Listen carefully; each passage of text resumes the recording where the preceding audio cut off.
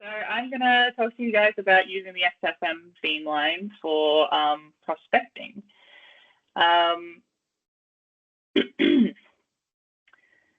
So this was done with the collaboration, of course, with the amazing beamline scientists at the XFM beamline, as well as a bunch of my colleagues at CSIRO. If you guys ever get the opportunity to go to the to apply for XFM beamline time and go and hang out with your colleagues for 3 days, 4 days, just focusing on a single task, I definitely recommend it because it's some of the best science I think that we've done, just because we've got the time to focus on it for a full set of 4 days. So definitely recommend it. During this talk, I will talk about both the Synchrotron XFM as well as other XRF mapper techniques. We have a Maya mapper, which is a lab-based XRF technology that uses the Maya detector, so the same detector that you can get on the XFM beamline. We use it for scanning a little bit larger samples, so like drill core size sample. Or you can also use desktop XRF mappers. So I'll talk about how you can interchange these technologies as well. So the first case study I'm going to talk to you guys about is hunting for PGMs, which is platinum group minerals in the low sulfur regions of the Norilsk deposit. So Norilsk is a very famous and large nickel sulfide resource as well as a platinum group element resource. So we need to understand how these deposits form, so we can find more of them to allow us to meet our demand for technologies that require these metals. So a little recipe for making magmatic sulfide deposits for those of you who don't know. We usually have a mafic or ultramafic magma that flows through conduit style systems, so like pipe work. At some point, this magma gets saturated in sulfur, which makes these little immiscible sulfide liquid droplets. These droplets interact with this magma and get enriched in metals like nickel, copper, and the platinum group elements. And then at some point, they drop out of the suspension and accumulate into a massive sulfide deposit that we can mine. So usually we look for nickel anyway. We're looking for these massive sulfide bodies. But when we look for platinum group resources, we're actually looking at platinum arsenides and other platinum alloys that occur as discrete phases, so platinum group minerals at a scale of like 5 to 10 microns. So they are very, very, very small, but they are a resource that we need, which makes them difficult to find. When you look at rocks that contain PGEs, this one contains a lot of PGEs, you just can't see them. It's not something that you can recognize visually, so we need to use these technologies like XRF mappers to understand where these tiny, tiny PGE resources are located. So we can scan them on the Maya mapper. So this is a false color XRF image using the Maya mapper of this little piece of drill core. We have chromium in red, iron in green, calcium in blue. You can see we have these little chromite collections and a bunch of different minerals in here, a little bit of sulfide as well, but you can't see the platinum group minerals yet. So if we stick platinum on our XRF map, we now have nickel in red, platinum in green, and iron in blue. And each one of these circles has a little tiny green dot. So using this technology, we were able to understand where our platinum group minerals were located. And this allowed us to create thin sections and small pieces of rock that we could analyze in more detail at a better resolution, like on the Synchrotron. So the Maya mapper has a beam size of about 30 microns, and we're searching for grains that are much, much smaller than that. So we can see the peaks of these platinum grains using the MyoMapper, but we wanted to understand really where each of these platinum group minerals was being, what minerals they were associated with. So we have to move to the synchrotron for that. So we chose to take this little section to the synchrotron because we know that it has some platinum group minerals in it. So then after mapping it on the synchrotron, each one of these little yellow circles again contains a platinum mineral. So this is working at a better scale for us. Now we can understand what each of these platinum group minerals is associated with. And of course, we were scanning these at very, very fine resolution. So this is down to, I think we were using 1 micron pixels on the synchrotron. And now you can see these extremely tiny little PGEs all associated with these little chromite grains in this sample. So there are also a couple of little sulfides in this sample. So this is a chalcopyrite grain, and this is a little platinum group mineral association. So once we have located all of these regions on the XRF, we can take them to the SEM and map them and analyze them in more detail to get the actual mineralogy of all of these platinum group phases as well, which helps us better understand what's going on in these regions. Another benefit of using the XFM beamline at the synchrotron is that you're actually measuring depth in these samples. So we chose to make these thin sections of rocks at 100 microns thick, which is a little bit thicker than a normal rock thin section that we use for optical petrography. And we're doing that because we want to increase the amount of platinum group minerals that are available for us to analyze.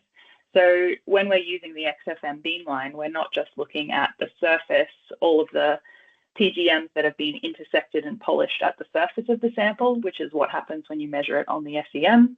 We're actually looking in the 100 micron thick depth of the thin sections as well.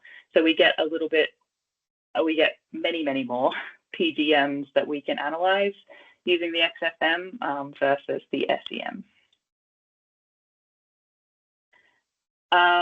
This is a little spot in one of these chromite regions, and you can see the little PGM there, which happened to be a palladium arsenide mineral with a little bit of platinum in it as well. So one of the most interesting textures in the Norilsk deposit were these bubble features, and we were really interested to understand why it seemed like these bubble features were corresponding to high platinum group element content.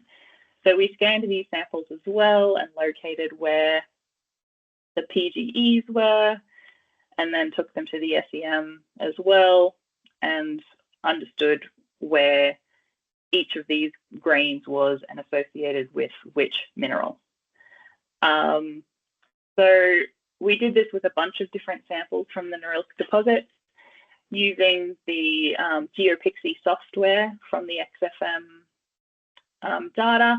You can analyze the neighborhood pixels. So it takes a pixel from the border of your hotspot. So we chose platinum as our hotspot and looked at the neighborhood pixels around that hotspot and came up with some chemistry. So this tells us what our PGE mineral is touching. So in the vast majority of these Norilsk samples, these bubbly upper Norilsk samples, the PGEs were touching chromite, which is an iron oxide mineral. Most of the time we would think that PGEs are associated with sulfide because of the way that the these deposits usually form. We have a sulfide saturation, which concentrates these PGEs. So we were thinking that the very, very minor amounts of sulfide were likely containing our PGE grains, but it turned out that chromite was way more important for the formation of these PGE minerals. So this made us come up with a little idea of maybe how these are forming. So in our flowing magma chamber, we may have a little bit of a bubble, and vapor bubbles are very, very strongly friends with sulfide. So the bubbles like to hang around with the sulfides, which causes their buoyancy to increase, which allows them to float through the magma chamber, which may collect some chromite along the way. As they move toward the upper part of the intrusion, because remember we find these all at the top of the intrusions, they settle in their locations up at the roof of the deposit, and the spinel also can nucleate some vapor, so increasing the amount of bubbles that are in the upper region. The chromite themselves, as they grow, have a tendency of changing the chemistry of the surrounding magma. So it depletes the iron in the surrounding magma, which allows these PGMs to crystallize. So that's why we believe that these PGMs are more strongly associated with the chromite themselves, is because of this boundary layer effect that's happening. Then as we progress through the solidification of our magma system, our bubbles start to increase as the sulfur in the sulfide liquid begins to vaporize. So we end up with these big bubbles with a teeny tiny little bit of sulfide in it, but lots and lots of PGMs all associated with the surrounding chromite. So a good way to visualize this is a little video that I found off the internet. So we have oil, which is our silicate magma. We have water, which is our sulfide magma. We have this dye, which represents the PGE content. And then we have our vapor, which is our bubbles. And as you can see, as the experiment progresses, each of the bubbles, so our sulfide, each of the little bits of water become more red. So the sulfide magma is becoming more enriched in the PGEs. And then at the end of the experiment, we end up with PGE-rich bubbles at the top, where all the water is dropped back down into the bottom of the chamber. So this is just a nice little visualization of how we think that the Norilsk deposit is forming. So using the Maya mappers and the synchrotron together are really important for hunting for these really, really rare phases. You can use the Maya mapper to look at a larger scale, which allows you to sample down to the smaller scale you need for the synchrotron. And having that depth sampling as well is really advantageous because we can look at platinum group minerals that are below the surface as well. The synchrotron is really good because it has a really, really small spot size, which allows us to look for these very, very small minerals. And again, that depth is really important for us as well. So now moving on to our second case study, which is using pyroxene as a tool to explore for nickel. So again, this is our little recipe for making sulfide deposits. We have our our conduit, which is like pipe work of magma, where we have lots of magma flowing in. It's interacting with this sulfide liquid, which allows it to upgrade in the metal content that allows us to make our sulfide deposit. So for these sulfide deposits to be metal rich, we need them to have a really, really high throughput of magma. So we want to be targeting these magma freeways, which are pathways of magma that have really, really, really high throughput. Although magma chambers don't always do that, a lot of the time they just come up into the crust and then make a little chamber and then just sit there. And we call these blind alleys. So for us these are very, very small features, and the amount of sulfide in the intrusion itself is also small. So it's often described as finding sulfide in an intrusion is a needle in a haystack, but it's not just a needle in a haystack, it's a needle in a field of haystacks, because we're not only looking for a small ore deposit in a large intrusion, but we're also trying to find the intrusions that would contain the sulfide as well. So we really want these magma freeways rather than just a normal intrusion. So why do we turn to pyroxene? Pyroxene is a very, very common mineral. It's 11% of all of the crustal minerals, so it makes up a lot of the crust. It has a super wide range of stability, so it can grow in mafic, ultramafic magmas, all the way up to intermediate magmas, which is a way that we talk about the silica content of magma, if you're not a geologist. So pyroxene also has the ability to grow really, really fast, which means that it has the ability to capture information of what was going on whilst the crystal was growing. So some examples are in volcanic systems where we know these grains are zoned.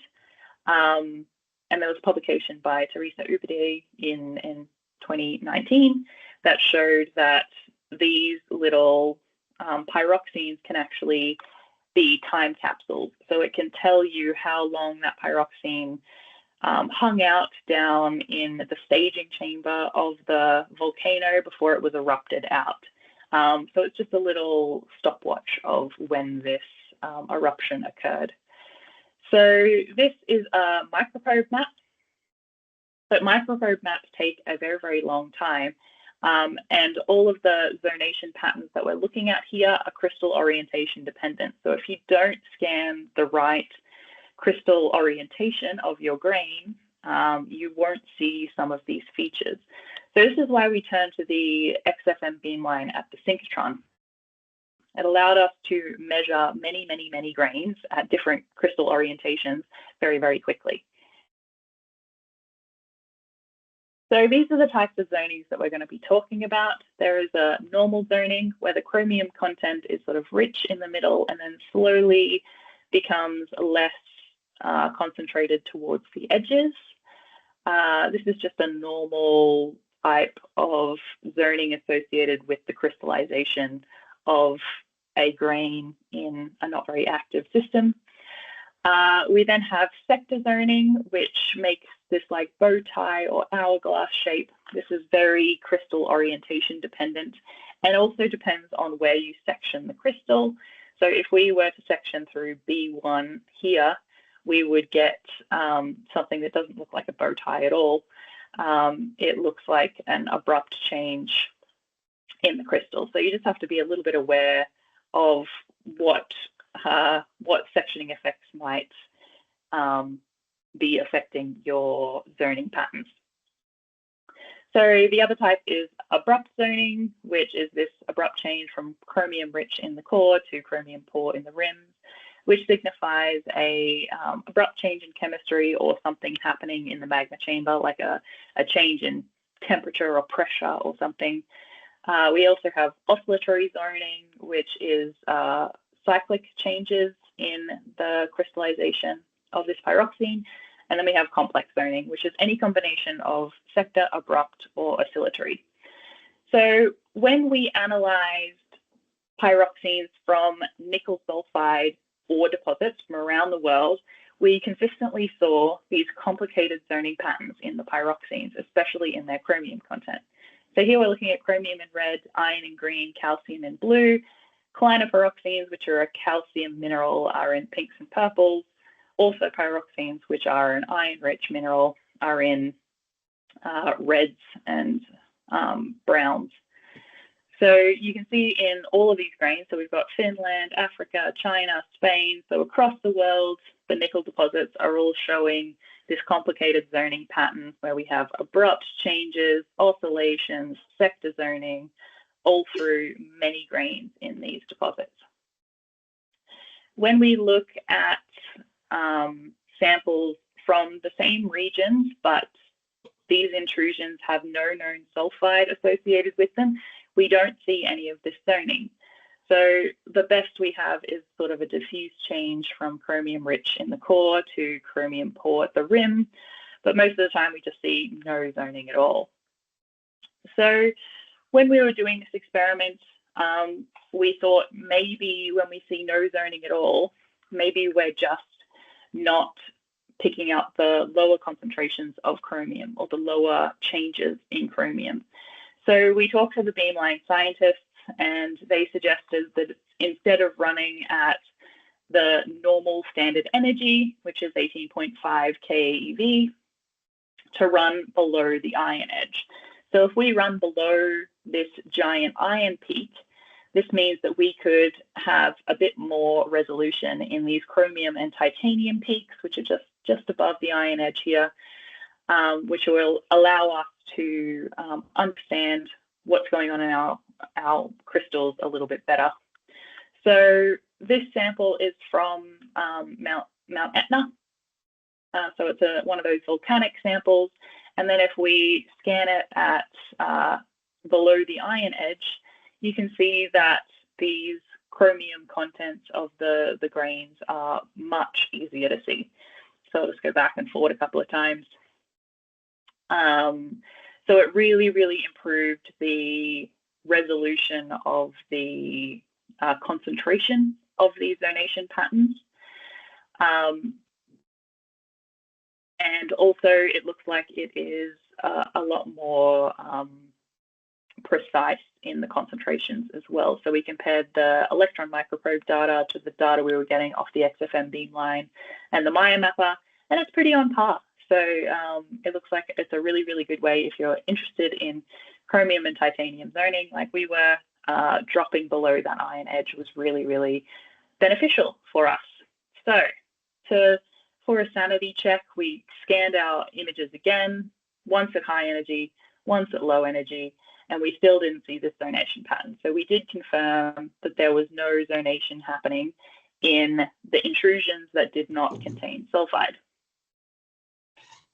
So in our sulfide-bearing intrusions, we have a very complicated zoned pyroxene.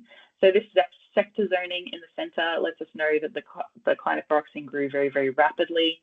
At some point, it had an abrupt change in chemistry of the magma, and then it had very, very smaller cyclic changes in chemistry as well.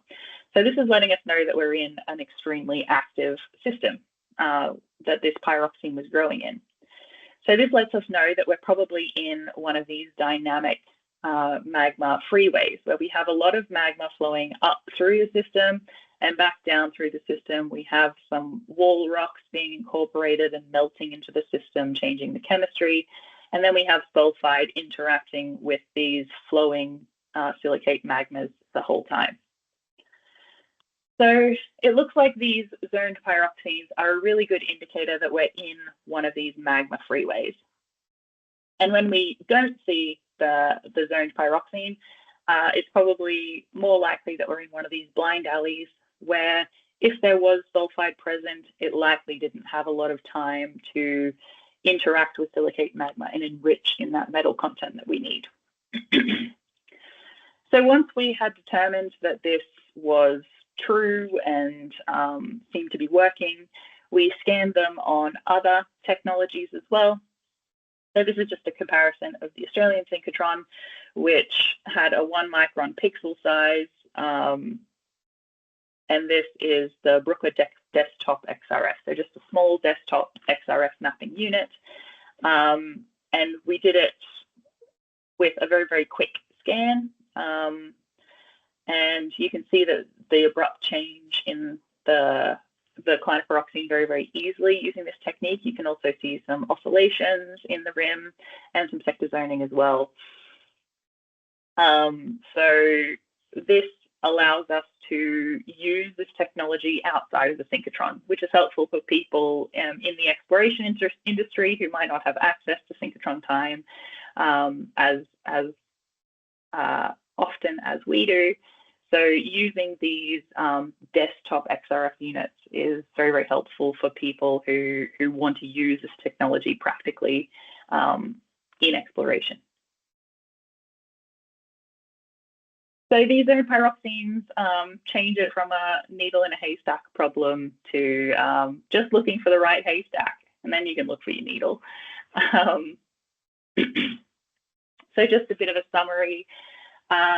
XRF mappers are really, really good to hunt for rare grains within your samples. And I mean within because you can look at the depth below the surface as well. Maya mappers are really good. So there are 2 Maya mappers in the world. One of them is in Melbourne at the CSIRO site, and then we have another one in Perth at the CSIRO site. So they're really good because you can use them at large scale and then select the right locations for your microanalysis. Using the XFM is great because you can vary the energy. You can't do that using any of the desktop XRF technologies or the Maya mapper. They're all just constant energies. So the flexibility of the XFM beamline for that is excellent. And then once you establish your scientific theory using the synchrotron, you can often move it to other technologies that are more widely available. So I've included some publications here which cover the studies that I've mentioned to you in this talk, and you can always visit our website and we talk about a bunch of different stuff there as well. So thank you.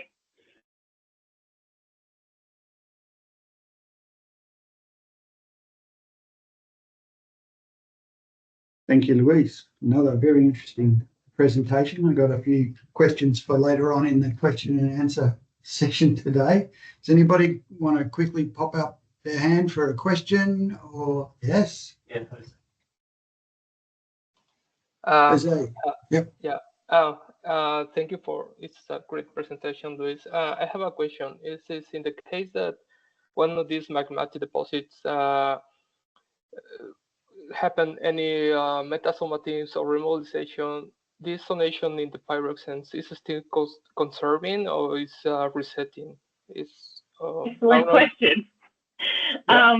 So we did look at hydration of these pyroxene bodies, which happens very, very commonly in these systems. On the screen, there is a publication called Zone Pyroxenes and on 2024.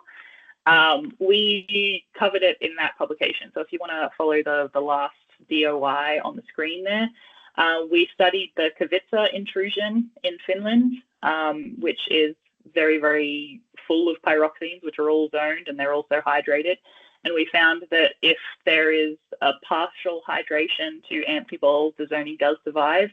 But if you completely change it from pyroxene to amphibole, you lose that zonation completely. So it doesn't survive very, very strong metasomatism, but it can survive some. Okay. Thank you so much. No worries. Any other question? We have about 1 minute. If anyone has a quick question.